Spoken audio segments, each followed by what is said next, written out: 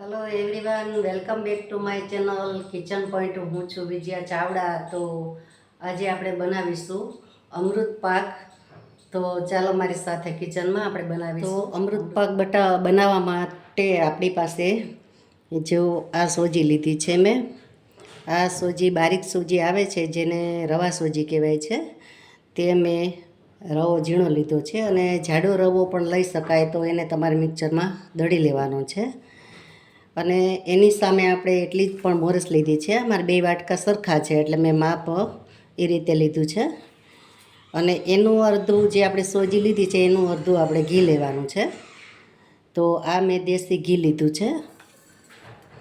અને આ છે કોપરાનું છીણ, જે અવેલેબલ બજારમાં મળે છે તૈયાર, તે કોપરાનું છીણ મેં લીધું છે. 1 કપ લીધું છે.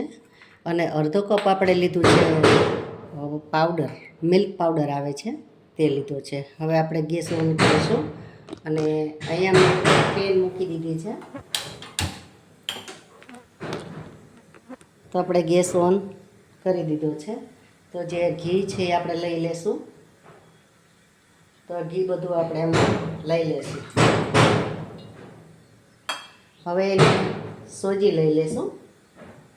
તો આપણે શેકી લઈશું અને હવે હલાવી લઈશું. તો આપણે આ રીતે બધે હલાવી અને ધીરે ગેસ, સ્લો ગેસ રાખી અને આપણે એને શેકી લેવાની છે સોજીને.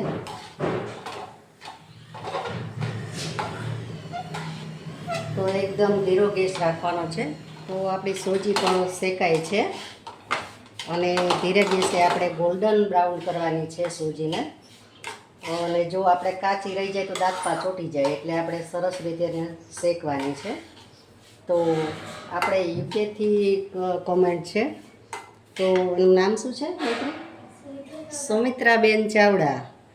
તો વેરી નાઇસ, તમારી રેસીપી સરસ મૂકો છો તમે, તો thank you Sumitraben.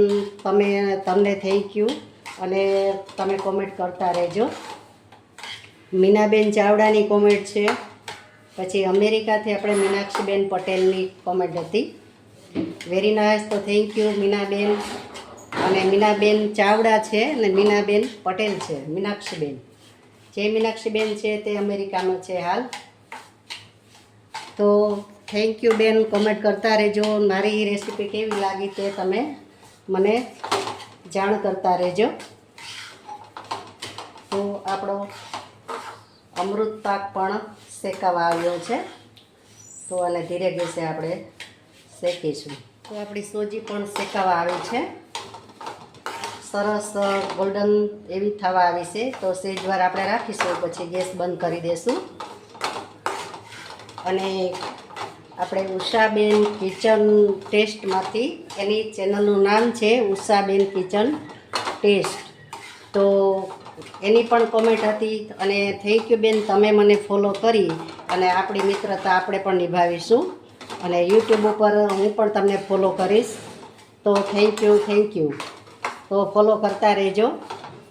Ushaben kitchen test એની આપણે નામ છે, એનું ચેનલનું નામ. તો આપણી સોજી અહીંયા શેકાઈ ગઈ છે. તો હવે જે આપણે આ લીધું છે કોપરાનું છીણ, તે પણ લઈ લેશું, એટલે થોડુંક એ પણ શેકાઈ જાય સાથે. કોપરાનું છીણ નાખવાથી સરસ મજાનો આમ પોચો થાય અને સરસ ટેસ્ટ પણ એનો સરસ આવે છે. તો જરૂરથી તમે પણ લેજો. તો આ મિક્સ થઈ ગયો છે. આને બહુ શેકવાની જરૂર નહીં, કારણ કે આ ગરમ હોય એમાં નાખીએ એટલે શેકાઈ જ જવાનો છે. હવે આપણે અહીંયા જે મિલ્ક પાવડર છે તે પણ લઈ લેશું.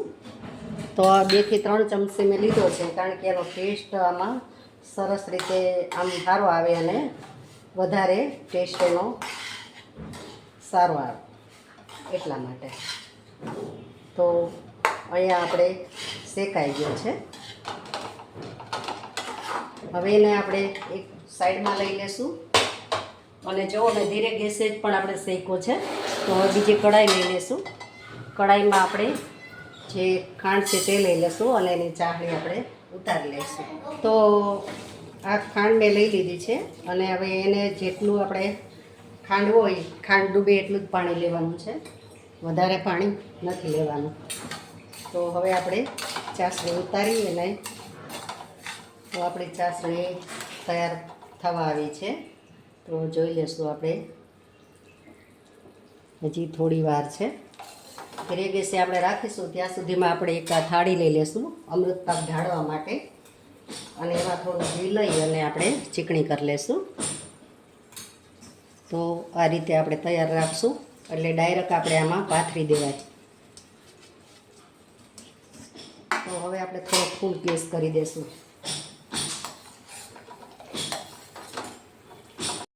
તો હવે આપણી ચાસણી આવી ગઈ છે કેમ તે ચેક કરી લઈશું.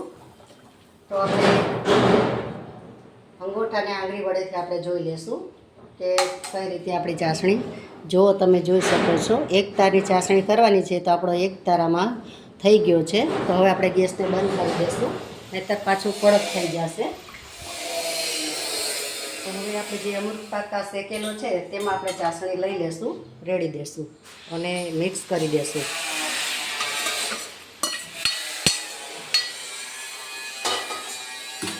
તો હવે એને આપણે હલાવી લઈશું.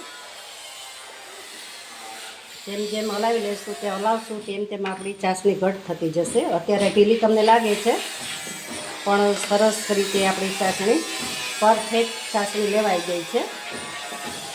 તો આ રીતે એકદમ હલાવી લેવાની છે. ચાસણી નાખ્યા પછી આપણે ફટાફટ હલાવવાનું છે.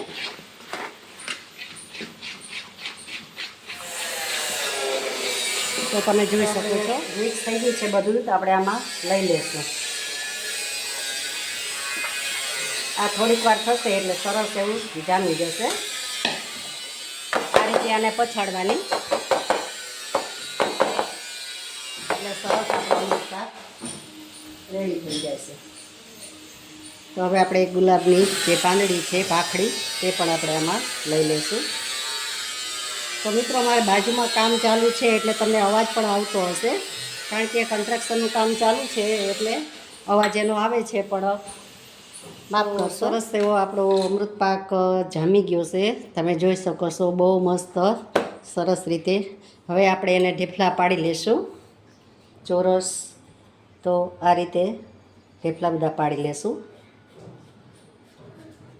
તો વાવ, સરસ મજાનો આપણો અમૃત પાક તૈયાર છે. તમને નજીકથી પણ બતાવું, જુઓ તમે, સરસ એવો, અને બહુ મજાનો એવો સરસ પોચો પણ સરસ થયો છે. તમને હું ભાંગીને પણ બતાવી દઉં છું કે જુઓ શું, આ ગઈઢા માણા ખાય, દાંત ન હોય તો પણ મોઢામાં મૂકતા જ ઓગળી જાય એવો આપણો અમૃત પાક છે. પણ તો તમે ચોક્કસથી બનાવજો અને ખાજો અને ખવડાવજો બધાને.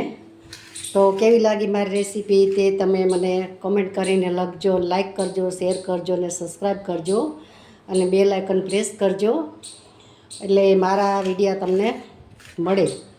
તો મળીશું આપણે નવી રેસીપી નવા વિડીયામાં. ત્યાં સુધી આવજો. Thank you for watching.